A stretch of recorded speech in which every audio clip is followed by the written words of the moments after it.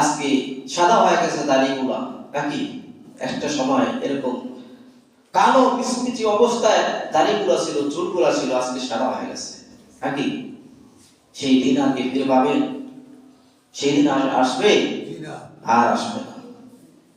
এই জন্য যুবক ভাইরা, আমি বলবো যে তোমরা ইচ্ছা করলে বহু কিছু করতে পারবা, তোমাদের দিকে জাতি তাকায় থাকে, ঠিক না? তোমরা ইচ্ছা করলে বহু কিছু করতে পারবা, বুড়া হয়ে করবা, বুড়া হয়ে করবা, বুড়া হইবা, হওয়ার পরে যে করবা, এই সময় শক্তি থাকতেও পারে, নাও থাকতে পারে নাকি? এই জন্য যৌবন কালটাকে সময় কাজে লাগাইতে হবে, আল্লাহর ইবাদতের ভিতরে কাটাইতে হবে। যৌবন কালের ইবাদত আল্লাহর কাছে রাখতে হবে। এই জন্য নবী আলাইহিস সালাতু ওয়াস সালাম তারা যৌবন কালের ভিতরে ইবাদত বেশি করতেন। যৌবন কালের ইবাদত আল্লাহর কাছে কি অনেক দামি।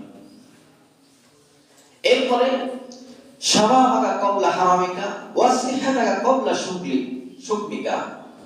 আল্লাহ তাআলা আমাদেরকে সুস্থ রাখছে নাকি? অসুস্থতা হওয়ার আগে তুমি তোমার সুস্থতাকে কি করো? কাজে লাগাও। কত মানুষ সুস্থ দেখছি, কত সবল দেখছি, অসুস্থ হয়ে গেছে, চিনা যায় না। হ্যাঁ, চিনাই যায় না, কেমন হয়ে গেছে, চেহারার দিকে তাকাইলে চিনা যায় না।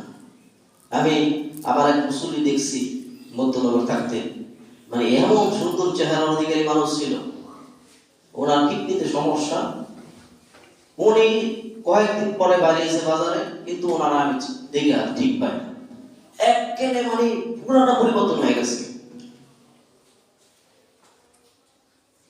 এই তো জীবন আমাদের নাকি? এই তো আমাদের জীবন।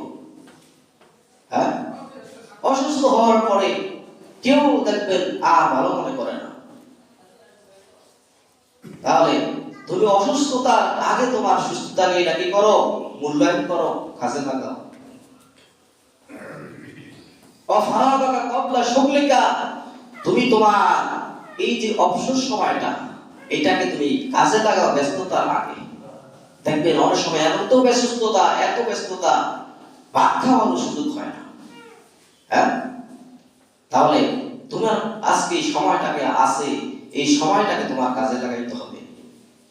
এই অবসর সময়টাকে তোমার কাজে লাগাইতে হবে ব্যস্ততা হওয়ার আগে। অফারাগাকা ক্বাবলা শুগলিকা, আরেকটা বলছে অগনাকা ক্বাবলা শুকমিকা, যে তোমাকে আল্লাহ তাআলা কি করছে না, অগনাকা ক্বাবলা ফাকরিকা, তুমি তোমার ধনাঢ্যকে কাজে লাগাও যেটা দরিদ্রতার আগে।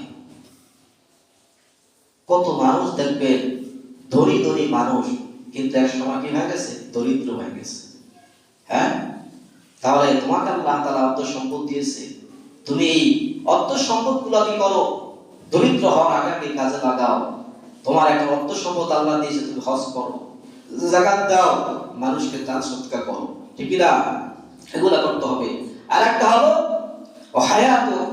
অহায়াতুকা ক্বাবলা মাউতিকা, তোমার জীবনকে তুমি কাজে লাগাও মৃত্যুর আগে। এটা নবীজি বলছে। তাহলে আমরা এগুলা করতে হবে না? করা লাগবে নি?